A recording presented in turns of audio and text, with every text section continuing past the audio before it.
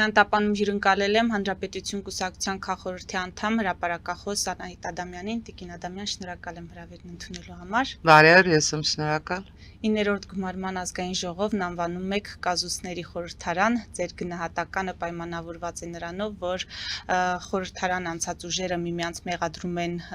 անվանում են ոչ լեգիտիմ, բայց միաժամանակ մենք տեսնում ենք միասին աշխատանք, համագործակցություն, ինչպես տեսանք իշխանականներն օգնեցին, որպեսզի ազգային ժողովի ընդդիմադիր փոխնախագահ Արամ Վարդևանյանը ընտրվի, նաև հանձնաժողովների բաշխում մենք տեսանք մարդու իրավունքների հանձնաժողովը կնախագահի Հայաստան դաշինքը, եվրոպական ինտեգրման հարցերին ուժեղ Հայաստանը, համագործակցությունը առճակատումից լավ չէ, ինչն է խնդրահարույց, Տիկին Ադամյան։ Ես կարծում եմ, որ խնդրահարույցային, որ եթե 8-րդ գումարման ազգային ժողովը թատրոն էր, 9-րդ գումարման ազգային ժողովը բոլոր նախադրյալները ունի կրկեսի վերածվելու։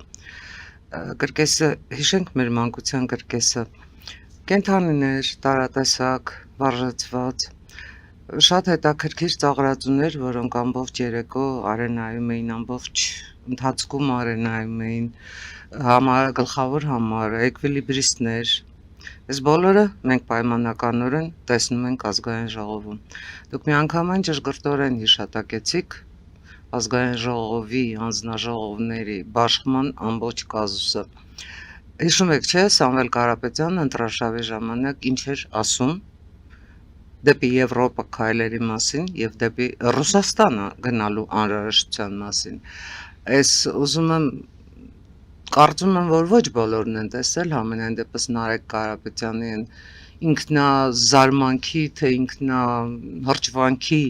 դրսևորում ժպիտը, երբ ասաց, որ իրենք ուզում են Եվրոինտեգրման հանձնաժողովը։ Կարծես ինքն էլ էր շշմած իր հայտարարությունից։ Եվ այսօր Եվրոինտեգրման հանձնաժողովը պետք է ղեկավարի մի ուժ, որը ղեկավարվում է Կրեմլից։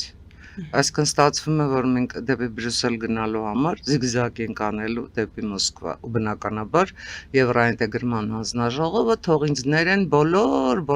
ինչ ասեմ, ուժեղ Հայաստանի երկրպագուները, ուժեղ Հայաստանի բոլոր համակիրները, այդ հանձնաժողովը չի գործելու։ Նույնիսկ այն պարագայում, որ ԿՊ-ն ունենա փոխնախագահ։ Այդ հանձնաժողովը պարզապես մեկ նպատակ է ունենալու, հնարավորինս խոչընդոտել, հնարավորինս արգելակել վիզաների ազատականացումը, հնարավորինս արգելակել, որ Հայաստանը անդամակցի խոր եւ համապարփակ ազատ առևտրի գոտուն, որովհետեւ դա դեմ է Ռուսաստանի շահերին։ Ու եկեք հասկանանք նաև, թե Կարեն Կարապետյանի ուղղորդմամբ, չգիտեմ, Սամվել Կարապետյանի, այսպես անմիջական մասնակցությամբ Նարեկ Կարապետյանը ու ամբողջ խմբակցությունը ինչու հանկարծ այդ որոշումը կայացրեցին։ Կարծում եմ պատասխանը ակնհայտ է։ Իսկ այն, որ մարդու իրավունքների հանձնաժողովը Հայաստան խմբակցությունն է ղեկավարելու, դա արդեն կազուս չի։ Դա արդեն նույնիսկ կրկես չի։ Դեք դա այնպեսի մի խնդիր է, որ մեզ հանգեցնում է շատ պարզ ճշմարտության։ Հիշում եք, կար սենատոր, շատ հայտնի սենատոր Կատոն Ավագ, որը սենատում ինչ ելույթ էլ լիներ, ինչի մասին էլ խոսեր, իր ելույթը ավարտում էր նույն նախադասությամբ. Կարթագենը պետք է կործանվի։ Կարթագենը ի վերջո կործանվեց իհարկե, բայց ես ուզում եմ Կատոն Ավագին պրոյեկտելով մեր ժամանակները նշել, 9-րդ գումարման ազգային ժողովը չի կարող պաշտոնավարել մինչև իր գործունեության ժամկետի ավարտը։ 9-րդ գումարման խորհրդարանը պետք է լուծարվի։ Եվ դա ակնհայտ է դարձնում ոչ միայն այդ ընտրության ընթացքում միմյանց փոխադարձ մեղադրանքներ ներկայացնելու, դու մանդատագող ես, դու կաշառատու ես, իրար ոչ լեգիտիմ համարելով, իրենք իրենց լեգիտիմ համարելը, ոչ լեգիտիմ քաղաքական ուժից լեգիտիմ ձայներով փոխնախագահ ընտրելը, հասկանում եք, սրանք կազուսներ են, բացարձակապես կազուսներ են, որոնք նորմալ տրամաբանության մեջ չեն տեղավորվում, քաղաքական տրամաբանության մեջ չեն տեղավորվում։ Եվ ես ուզում եմ այս թերևս ձեր հարցը ամփոփել մեկ գլխավոր մտքով։ Հանրապետություն կուսակցությունը պնդում է, որ Սահմանադրության նախագծում անպայման ամրագրվի Հայաստանի Հանրապետության դեպի Եվրամիություն գնալը Եվրամիության անդամակցության նպատակը։ Անպայման սահմանադրության նախագծում դա ամրագրվի, որովհետև որևէ երաշխիք այս ընթացքով որևէ երաշխիք չկա, որ քաղաքական պասյանսը չի փոխվի այնպես, մի օր մենք հասկանանք, որ չգիտեմ, ինչ որ մի օր օրացույցի մենք ապրենք 2 սեպտեմբերի 3-ը։ Իսկ դա նշանակում է հարված պետականությանը, դա նշանակում է պետությունը դնել այնպիսի վտանգի տակ, վերացնելով այլ ընտրանքները, երբ հաջորդ օրը իսկապես պատերազմի հավանականությունն է մեծանում, երբ հաջորդ օրը իսկապես վերանում է, ընդհանրապես վերանում է ոչ միայն խաղաղության համաձայնագրի ստորագրման, նախաստորագրված, հիշեցնեմ, խաղաղության համաձայնագրի ստորագրման հավանականությունը, այլև խոր կասկածի տակ է դրվում տրիպը, հետևաբար անվտանգությունը, հետևաբար ապաշրջափակումը, հետևաբար տնտեսական զարգացումը։ Այ մենք այս խնդիրների առաջ ենք կանգնած, որովհետև Ռուսաստանի Դաշնության նպատակը գաղտնիք չի, գաղտնիք է թերևս միայն նրանց համար, ովքեր փողով գնացել են ընտրության, առերևույթ ընտրակաշառքի գործերը դա են ապացուցում, ովքեր իրենց հայրենիքը համարում են Ռուսաստանի Դաշնությունը եւ Հայաստանի Հանրապետության ազգային ժողովը վերածել են Ռուսաստանի պետական դումայի, Թուրքիայի ազգային մեծ ժողովի կամ Ադրբեջանի Միլի Մեջլիսի ինչ որ ֆիլիալի, սիմբիոզի։ Կարողացել են վերածել են Տիկին Ադամյան, Կարողացել են վերածել։ Այդտեղ միայն իշխանության խնդիրը չի։ Այդտեղ միայն իշխանության խնդիրը չի, տեսեք, իշխանության գլխավոր սխալը որն էր, եկեք դա էլ այնուամենայնիվ արձանագրենք։ Եվ ձեր նշած մտահոգությունները արդյոք իշխանությունը չունի, եթե մենք այսպիսի համագործակցություն ենք տեսնում, այսպիսի վարքագիծ ենք տեսնում, լրացում որպես հարց։ Ձեր հարցը երկու մասից է, ես հիմա փորձեմ երկու մասին էլ առանց իրար խառնելու պատասխանել։ Սկսենք իշխանության մտահոգությունից։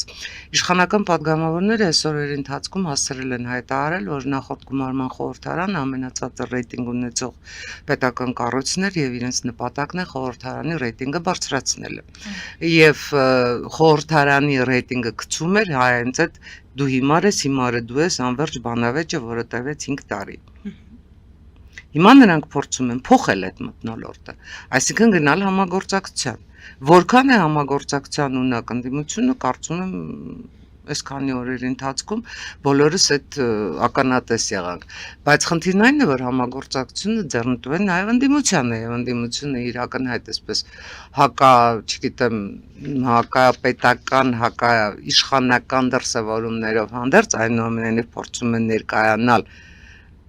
չզարմանաք ինքնիշխանության կողմնակից, Հայաստանի Հանրապետության զարգացման կողմնակից, Հայաստանի Հանրապետության հզորացման կողմնակից եւ միակ ուժը, որը կարող է փոփոխություններ բերել երկրում, միակ ուժը, որ անկախ ամեն ինչից կանգնած է այ ձեր կողքին, կանգնած է իմ կողքին, թեպետ ինձ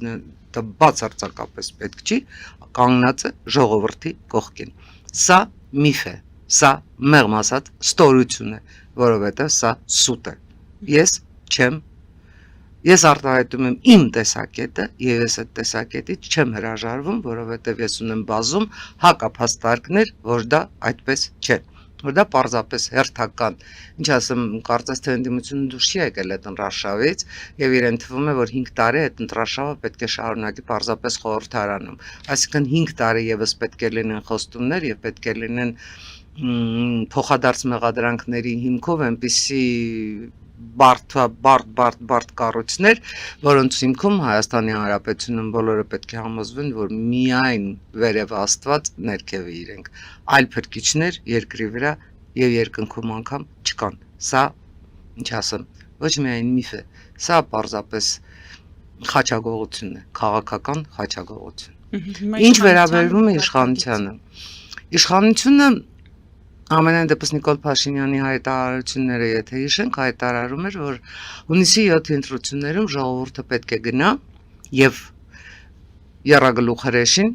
մեղմ ասած, ոչնչացնի։ Ժողովուրդը գնաց եւ եռագլուխ հրեշին թվական ավելի մեծ կազմով բերեց խորհրդարան։ Որն էր քաղաքացիական պայմանագրի եւ Նիկոլ Փաշինյանի սխալ հաշվարկը։ Դեք ապավինել ժողովրդի կամքին այն պարագայում, երբ դու ժողովրդին անverջ մատուցում ես զվարճանք, բայց դու ժողովրդին չես մատուցել հացը, զվարճանքը չի աշխատում։ Հռոմեական կայսրերի օրենքը Հայաստանի Հանրապետությունում կարող էր աշխատել այն պարագայում, եթե ժողովուրդը ունենար հացը եւ զվարճանքով էլ պարզապես զվարճան էր։ Բայց այդ հացը ռեալ աշխատատեղերի տեսքով չեղավ։ Այդ հացը քաղաքացիական համերաշխության տեսքով չեղավ։ Այդ հացը չեղավ Հայաստանի Հանրապետության ռեալ շոշափելի հեռանկարի տեսքով։ Մենք ստացանք ընդհանրապես խոստումներ, մենք ստացանք տնտեսական աճի այսպես գլխապտույտ տնտեսական աճի տվյալներ, որոնք որևէ ազդեցություն չունեցան կենսամակարդակի վրա։ Այս է կազուսը։ Մենք չփոխեցինք ժողովրդագրական պատկերը, ոնց գնացել էին արտագնա աշխատանքի, այնպես էլ գնում են։ Եվ փառք ու պատիվ Ռուսաստանին, որ պարզապես վռնդում ու օտարում է ոչ միայն հայերին, այլև բոլորին, փոխելով իր միգրացիոն կանոնները, ելնելով պատերազմում գտնվող երկրի անվտանգության անհրաժեշտությունից։ Սա է իրականությունը։ Ինչու քաղաքացիական պայմանագիրը, որը այնուամենայնիվ հավաքեց 49% դե ֆակտո պարտվեց ընտրություններում։ Դե ֆակտո պարտվեց ընտրություններում, որովհետև խորհրդարան մտան այդ մեծ թվով ընդդիմադիրներ, որովհետև Ռուսաստանի Դաշնությունը կարողացավ լուծել իր նվազագույն խնդիրը։ Առավելագույնը իշխանապողություն հեղաշրջում անելը չկարողացավ, բայց նվազագույնը լուծեց։ Խորհրդարանում հայտնվեցին մեծ թվով մարդիկ, որոնք կատարում են Ռուսաստանի Դաշնության հրահանգները։ Այս է խնդիրը։ Այդ դրանով պարտվեց քաղաքացիական պայմանագիրը։ Եվ այսօր քաղաքացիական պայմանագիրը փորձում է այնուամենայնիվ փորձում է այդ ստեղծված իրավիճակում մնալ սպիտակ ձյու վրա։ Կարող է, իհարկե կարող է, եթե անի անհրաժեշտ քայլերը։ Անելու է ժամանակը ցույց կտա։ Այսինքն միայն իշխանության պահպանման խնդիր է փորձելու լուծել։ Եթե իրենց հարցնեք պետության պահպանման խնդիր են փորձել լուծել, եթե իրենց հարցնեք խաղաղություն են բերել, ինչը ճշմարտություն է, այո խաղաղություն են բերել, բայց այդ խաղաղությունը չեն բերել իրենց գեղեցիկ աչքերի համար։ Այդ խաղաղությունը բերել են, որովհետև աշխարհում իրավիճակ է փոխվել։ Այդ խաղաղությունը բերել են, որովհետև համենայն դեպս աշխարհաքաղաքական կտրվածքով եթե նայում ենք տարածաշրջանին, գերանհրաժեշտություն է, որպեսզի միջինասիական հանրապետությունները միանան Եվրոպային, այսինքն կա միջին միջանցքի խնդիրը։ Եվ այդ միջին միջանցքի խնդրում լիովին տեղավորվում է տրիպը, որովհետև պետք է ապաշրջափակում, հաղորդակցողիների բացում, խաղաղություն, տնտեսական զարգացում, դա պետք է ամբողջ աշխարհին։ Եվ ամբողջ աշխարհի խնդիրը բացառությամբ դերևս Ռուսաստանի, որը փորձում է տարածաշրջանում այնուամենայնիվ իր ունեցած դիրքերը պահել, այդ խնդիրը Հայաստանի Հանրապետության շահերի հետ ունի համադրում։ Խաղաղությունը գալիս է շահերի համադրության սկզբունքով։ Տրիպը բերում է եւ անվտանգություն եւ տնտեսական զարգացման հնարավորություններ։ Եթե գործի տրիպը։ Ես չեմ կարծում, որ տրիպը չգործելու տարբերակ ունի։ Տրիպը այո գործելու է։ Տրիպը միանշանակ գործելու է։ Եթե անգամ ներողություն ԱՄՆ-ն եւ Իրանը շարունակեն առճակատման այս փուլը։ Միանշանակ է, որ ԱՄՆ-Իրան հակասությունները, ԱՄՆ-Իրան սողացող չդադարող պատերազմը, մեկ հրադադար, մեկ հրետակոծություն, ինչ որ ազդեցություն տրիպի վրա ունենալու է։ Սա միանշանակ է, սա ժխտել անիմաստ է, բայց դա վճռական ազդեցություն չի ունենալու։ Ինչ կլինի Իրան-ԱՄՆ հարաբերություններում, տրիպը շարունակելու է իր ընթացքը։ Եվ տրիպի ընթացքը շատ ավելի նպաստելու է նաև ԱՄՆ-Իրան հարաբերությունների կարգավորմանը։ Եկեք դա էլ հասկանանք։ Եկեք դա էլ ընդունենք։ Որտեւ Իրանի համար իրականում շատ ձեռնտու է այդ տրիպը։ Շատ ձեռնտու է, դա ոչ թե վտանգ է Իրանի անվտանգությանը, ոչ թե սպառնալիք է, այլ Իրանի տնտեսական զարգացման գրավական կարող է դառնալ ճիշտ որոշումների ընդունման պարագայում։ Որովհետև որևէ պետություն իր քաղաքականությունը կառուցելիս բնականաբար սեփական շահերից է ելնում, որքան էլ ասենք այդ պետության վրա լինեն շահերի ուրիշ երկրների ազդեցությունների, ուրիշ երկրների շահերի ճնշումներ։ Իրանը պետք է ելնի սեփական շահից, իսկ սեփական շահը վաղ թե ուշ թելադրելու է, որ իրեն անհրաժեշտ է խաղաղություն, վաղ թե ուշ թելադրելու է, որ տնտեսական այդ անկումը, ազատ անկումը, որի մեջ գտնվում է Իրանը, չի կարող անվերջ շարունակվել։ Դադար պետք է տալ։ Պետք է ժողովրդի մասին մտածել, քանի դեռ ժողովուրդը իսկապես փողոց դուրս չի եկել։ Պարզապես սովորական հացի համար։ Հիմա քանի որ թրիփին անդրադարձակ, թեման շարունակելով Տիկին Ադամյան, օգոստոսի 8-ից 1 տարի է անցել, արդյունքների գնահատում եթե անենք, ինչ ունենք։ Ես կարծում եմ, որ օգոստոսի 8-ից անցած 1 տարվա մեջ մենք շատ ավելին կարող էինք ունենալ, բայց ունենք իսկապես առաջընթաց, որովհետև եթե վերցնենք զուտ հողի վրա կատարվող աշխատանքները, ամենայն դեպս այն տարածքով, որտեղով պետք է անցնի տրիպը, արդեն ուսումնասիրվել են, տարածքն է ուսումնասիրվել, հնարավորություններն են ուսումնասիրվել, երկաթուղու վերագործարկման թունելներն են ուսումնասիրվել, այսինքն գետնի վրա աշխատանք կատարվել է, ստեղծվել է հիմնադրամ, բոլորովին վերջերս Ամերիկայի Միացյալ Նահանգները հիմնադրամի գումարները կրկնապատկեց, այսինքն այն ամենը, ինչ կախված է Ամերիկայի Միացյալ Նահանգներից, որևէ խոչընդոտի չի հանդիպում։ Եկեք նաև զարմանանք էլի, նաև զարմանանք այն արագության վրա, որ համենայն դեպս Ամերիկայի Միացյալ Նահանգների պետական դեպարտամենտը, Ամերիկայի Միացյալ Նահանգների կոնգրեսը ինչ արագությամբ է ընդունում այդ որոշումները, իսկ այդ որոշումների ընդունումը վստահեցնում եմ ձեզ, որ բյուրոկրատական բազում այսպես արգելակներ պետք է հաղթահարեն, բայց մենք ունենք այստեղ տիեզերական արագություն։ Ինչու այդ գումարը չի ոչ թե կրկնապատկվում, այլ բազմապատկվում։ Ինչու այդ հարցերը շատ ավելի արագ չեն լուծվում։ Այստեղ գալիս է Հայաստանի Հանրապետության խնդիրը, որովհետև մենք միանշանակ Ռուսաստանի Դաշնության այդ այն խնդիրների տրցակը, որ ունեինք, անվերջ ձգձգում ենք ու չենք լուծում։ Բայց լուծումը մեզնից է կախված Տիկին Ադամյան եւ շարունակելով այդ թեման, հիմա Փաշինյանի այցերը որքանով են արդյունավետ, թե ԵԱՏՄ-ի շրջանակներում, թե առանձին երկկողմ հանդիպումների շրջանակներում, փորձենք ամփոփել էլի Ղազախստան, Ղրղստան այցը, Միշուստինի հետ հանդիպումը, հրաշալի հարցեր եք տալիս, ես ձեզ ասեմ, դա մեր խնդիրն է, դա մեզ է անհանգստացնում, դա մեր պետությանն է վերաբերվում, չեք կարող ասել, չէ ոչ, դա մեր խնդիրն է, դա մեր անհրաժեշտությունն է, ուրեմն ով պիտի լուծի, ով պիտի գա մեզ համար այդ խնդիրը լուծի, սկսենք դրանից, մենք ունենք թիվ 1 խնդիր երկաթուղին, կոնցեսիոն կառավարման հանձնված երկաթուղու վերադարձի հարցը, մենք ունենք թիվ 2 խնդիր, Հայաստանի Հանրապետության տարածքում ռուս սահմանապահների դուրս բերումը, մենք ունենք թիվ 3 կարևոր խնդիր, Իրան-Հայաստան գազատարի պետականացումը, եւ եթե այս շարքը շարունակեմ,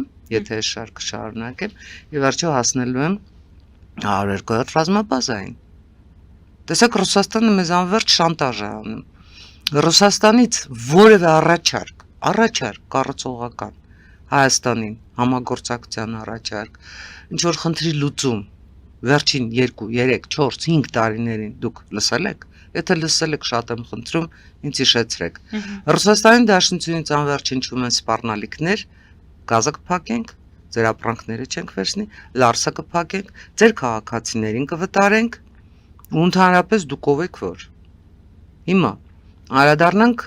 Հայաստանի Հանրապետության վարչապետի այցերին։ Նախ ես արդեն առիթ ունեցել եմ ասելու, որ Միշուստինի հետ ինչ որ չգիտեմ անկապ մի ցուցահանդեսի առիթով հանդիպումը վայել չէր Հայաստանի Հանրապետության վարչապետին։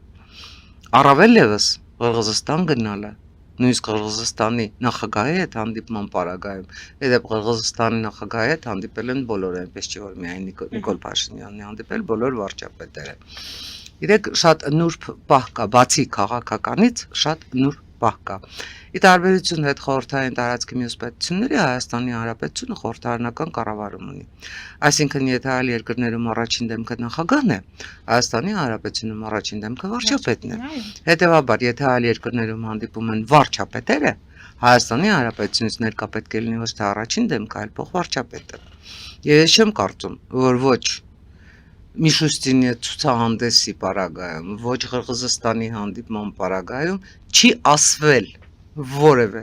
խոսք, չի արվել որևէ հայտարարություն, չի լուծվել որևէ հարց, որ չէր կարող լուծել Հայաստանի Հանրապետության որևէ փոխվարչապետ։ Եկեք սա ֆիքսենք։ Ինչ վերաբերում է Նիկոլ Փաշինյանի եւ Պուտինի հեռախոսազրույցներին կամ չգիտեմ իրենց հավանական թե անհավանական արդեն հանդիպմանը։ Եթե Ռուսաստանի Դաշնությունը կներեք, եթե Ռուսաստանի Դաշնությունը հստակ դնում է խնդիրները Հայաստանի Հանրապետության առաջ, իսկ այդ խնդիրների խնդիրը տրիպից հրաժարվելն է, ընդհանրապես հրաժարվել է տրիպից, եթե այդ խնդիրների խնդիրը խաղաղության համաձայնագիրը չկնքելն է, եթե այդ խնդիրն է վերադառնալ նոյեմբերի 9-րդ կետին, ուրեմն Ռուսաստանի Դաշնության նախագահի հետ ինչի մասին մենք կարող ենք խոսել։ Ես ընդունում եմ, որ Ռուսաստանի Դաշնության նախագահի հետ մենք կարող ենք խոսակցություն վարել այն պարագայում, եւ բանակցությունների սեղանին մենք դնում ենք մեր օրակարգը, այսինքն, եթե դուք ունեք այս առաջարկները, մենք էլ ունենք մեր առաջարկները։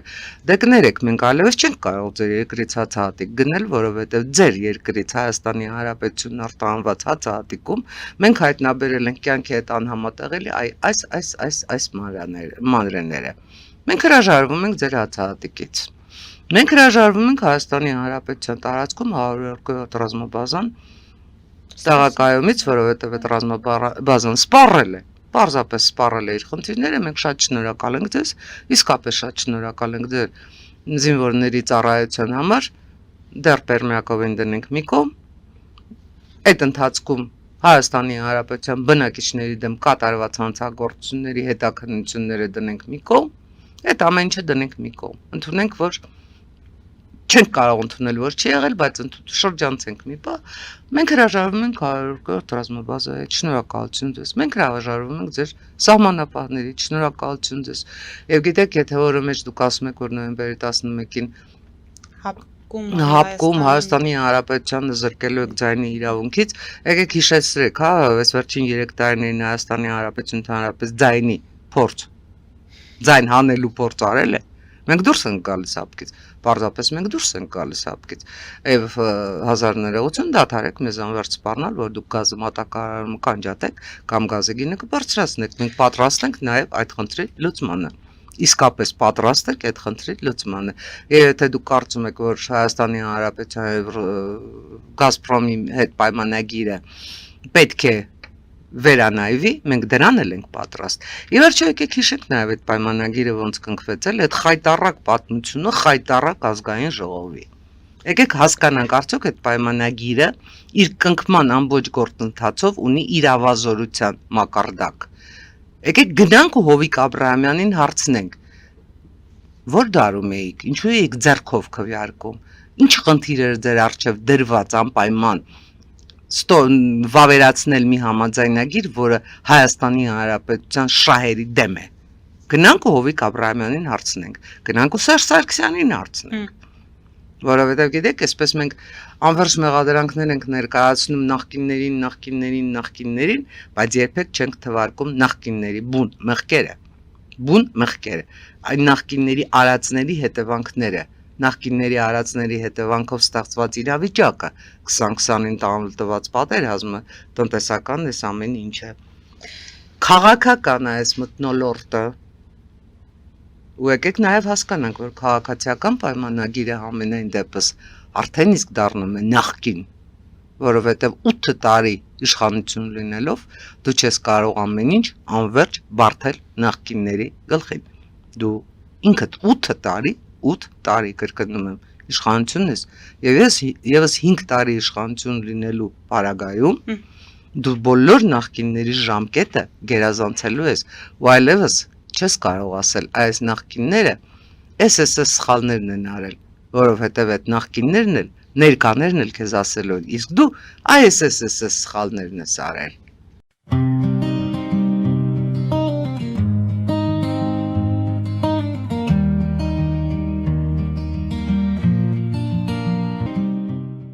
Ֆելիչե ժամանակակից ատամնաբուժական կլինիկա։ Այստեղ հարմարավետությունն ու խնամքն առաջնային են։ Այստեղ կիրառվում են ատամնաբուժական ամենաժամանակակից տեխնոլոգիաներ, ճշգրիտ ախտորոշում, արդյունավետ բուժում, նուրբ փորձառություն եւ անհատական մոտեցում։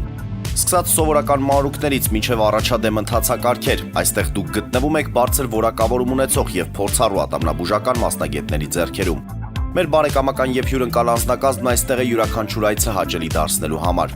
Ֆելիչե, ձեր առողջ եւ ամենաերջանիկ շպիտը սկսվում է այստեղից։ Եկեք եւ բացահայտեք նորարարության, փորձագիտության եւ կարեկցանքի կատարյալ համադրությունը։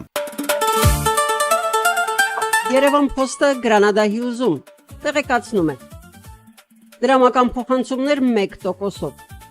Օդանավով 1 պաունդը 2.99։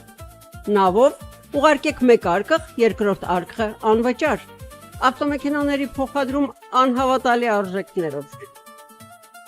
Ինչպես նաև կահույք եւ մեծ չափի բեռների փոխադրում։ Jackpot հագուստի խանութը երկրորդ մասնաճյուղն է բացել Գլենդելի սրտում, որտեղ կարող եք ձեռք բերել եվրոպական եւ ամերիկյան ընտիր հագուստեղեն, կոշկեղեն, աքսեսուարներ, պայուսակներ ամենահարմար արժեքներով։ Նաև կարող եք ցանկացած ապրանք պատվիրել եւ ձեռք բերել կարճ ժամանակում։ Jackpot-ի Գլենդելի հասցեն է 1135 North Pacific Avenue, հեռախոս 818 813 2252։ Jackpot հագուստի լավագույն կենտրոնը Գլենդելում։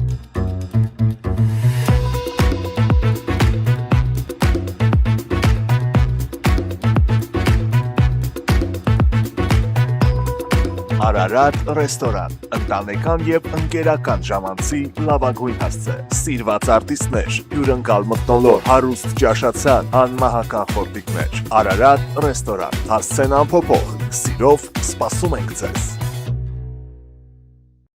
Լավագույն պաղպաղակ, բնական, համեղ եւ մատչելի գներով պաղպաղակը կարող եք ձեռք բերել բոլոր հայկական խանութներում։ Պահանջեք հայկական պաղպաղակ, Թամարա պաղպաղակ։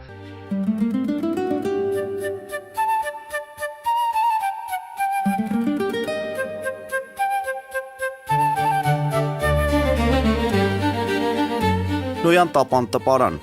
Նոյան տապան հրատարակչություն, շարվածքից մինչև տպագրում, զանգահարեք, գրեք, այցելեք, միասին պատրաստենք ձեր գիրքը, ամսագիրը կամ թերթը, որտեղ նշվելու է, տպագրված է Նոյան տապանում։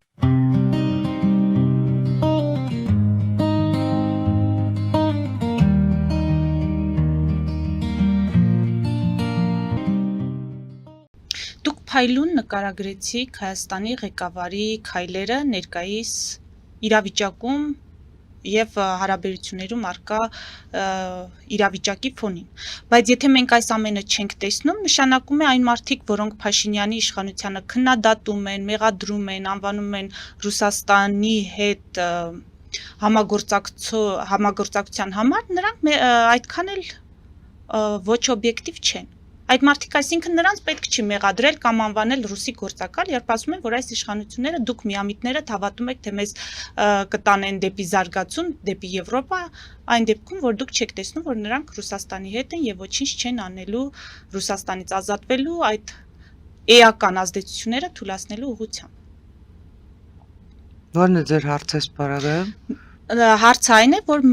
ես, դուք այսինքն մենք պետք է ընդունենք, որ այս իշխանությունները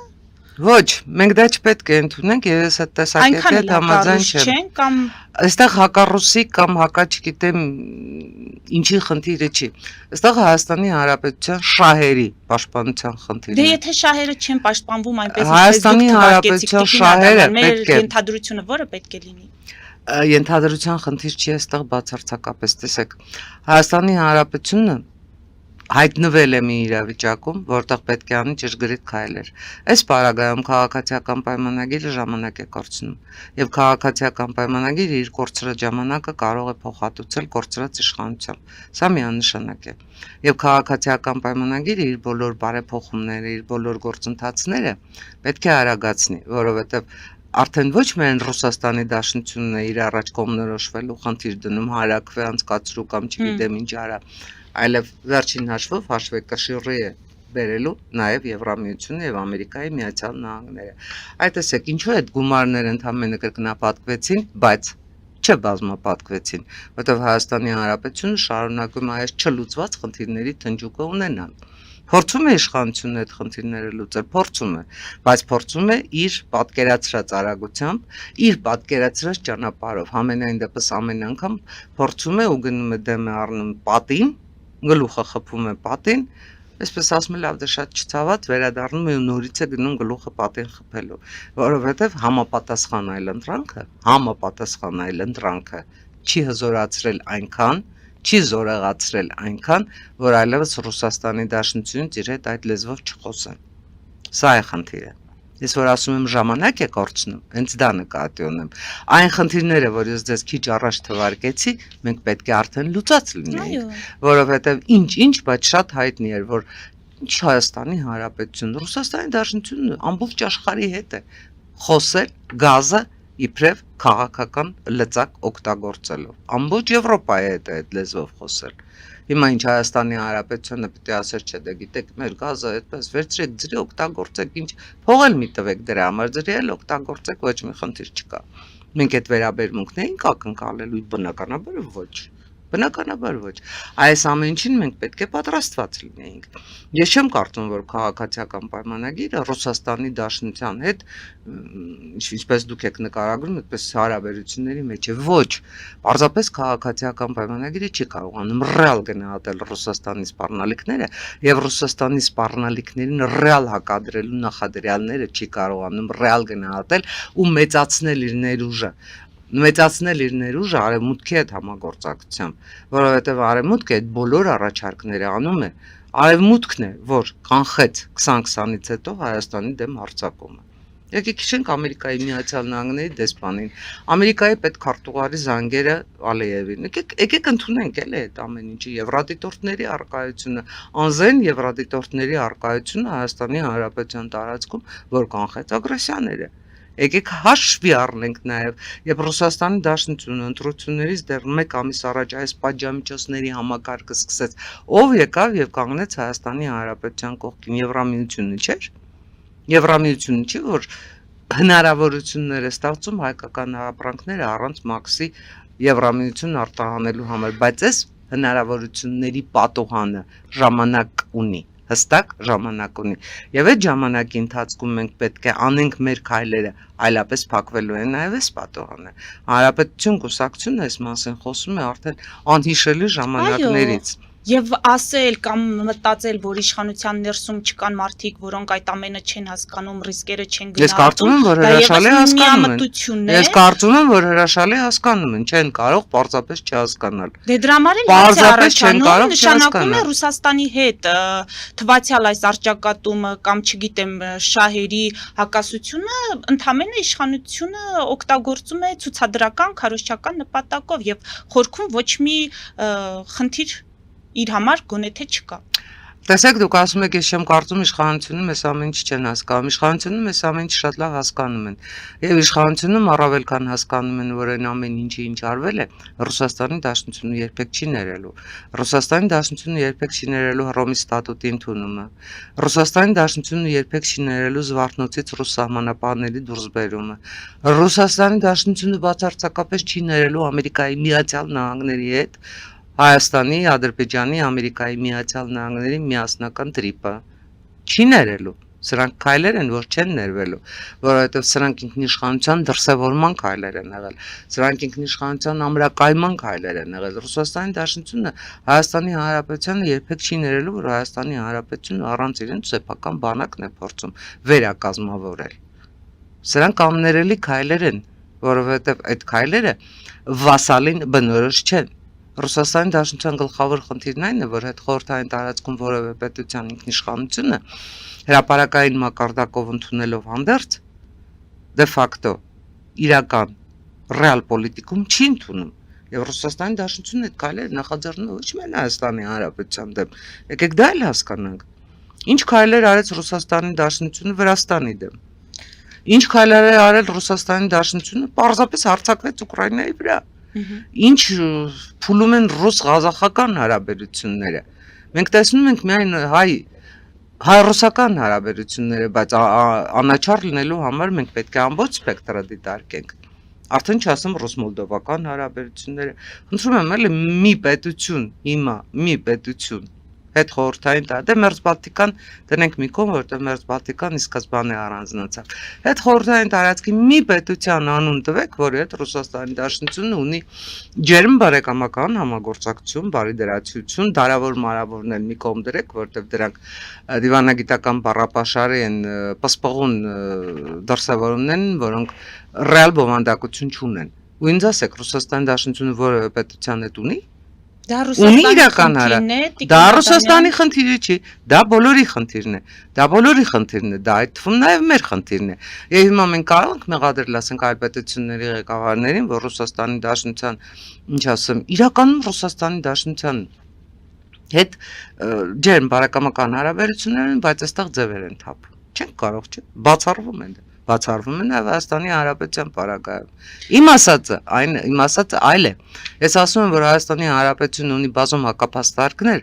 ռիսկերը նվազեցնելու բազում քայլեր, եւ այդ քայլերը չի անում։ Չի անում, որովհետեւ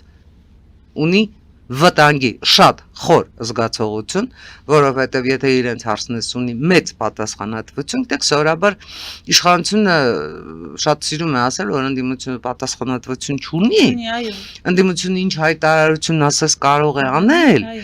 բայց երբ նույն այդ ընդդիմությունը գա իշխանության, անելու է ճիշտ այն քայլերը, ինչ անում են իրենք։ Վստահեցնում եմ Հանրապետության պարագայում դա բացառվում է, որովհետև Հանրապետությունը միշտ էլ այդ պատասխանատվությունը,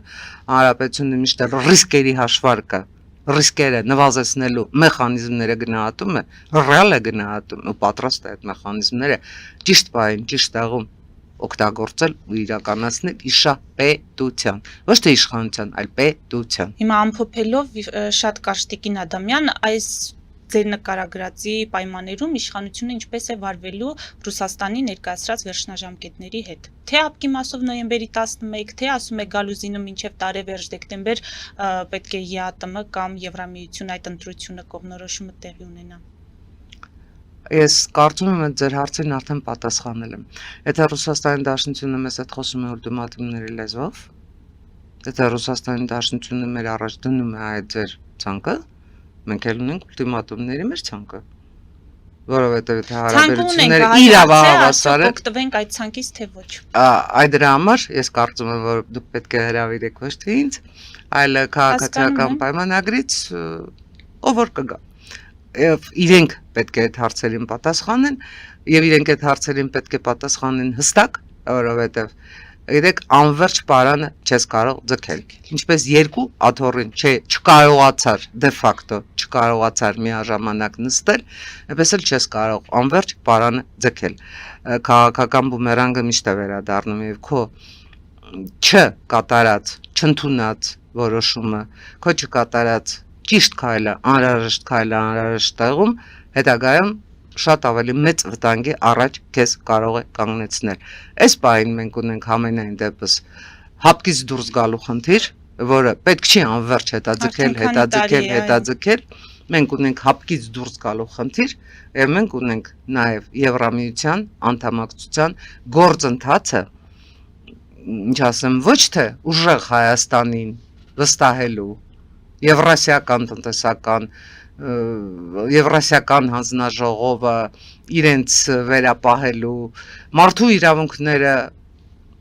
իրավունքների ամբողջ իր պաշտոնավարման ընթացքում մարդու իրավունքների ջատագով եւ մարդու իրավունքների այսպես վեհագույն պաշտպան Ռոբերտ Քոչարյանի խմբակցությանը հանձնելու այլ վերջապես իրականությանը իրական Հայաստան տեսնելով իրական Հայաստանը հասկանալով,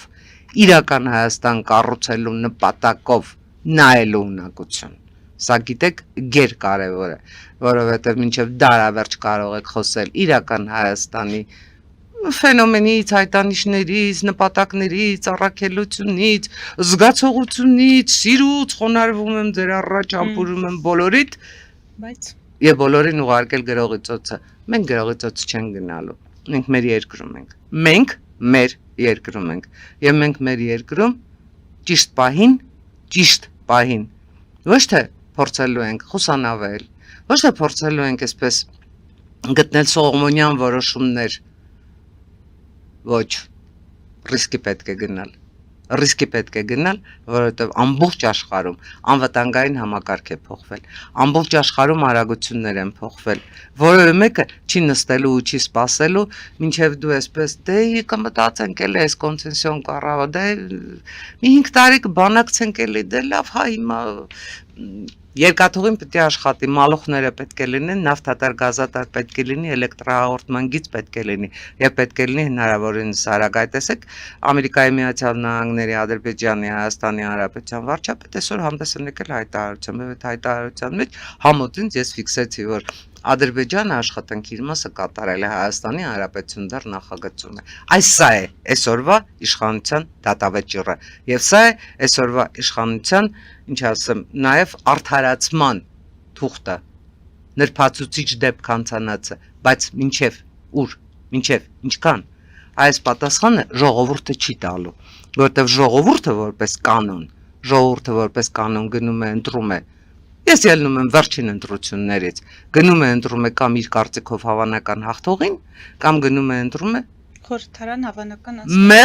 մեղմ ասած փողը։ Սա ամենայն դեպս խորհրդարանական վերջին ընտրության արդյունքներից ելնելով եմ ես ասում, այսպես չպիտի լինի, այս մթնոլորտը պիտի փոխվի, այս վիճակը պիտի փոխվի, որովհետև մենք գործ ունենք ոչ թե օրվա իշխանության հետ, մենք գործ ունենք ոչ թե Ռուսաստանի Դաշնության հիբրիդային պատերազմի հետ, որը սկսվել է ու չի ավարտվելու, մենք գործ ունենք պետության հետ։ Պետության, որը շագրենի կաշվի պես ոչ թե պիտի անվերջ փոքրանա մի օր էլ անհետանա, այլ հակառակը, պիտի մեծանա։ Շնորհակալություն։ Ես եմ շնորհակալ։ Մեծ դիտողներին հիշեցնեմ, որ զրուցում էի Հանրապետություն կուսակցության քաղաքորդի անդամ հրապարակախոս Անահիտ Ադամյանի հետ, մեր ուղիղ եթերները կարող եք դիտել Patreon-ում, նաև այդ հարթակում աջակցել էկրանին երևացող QR կոդով։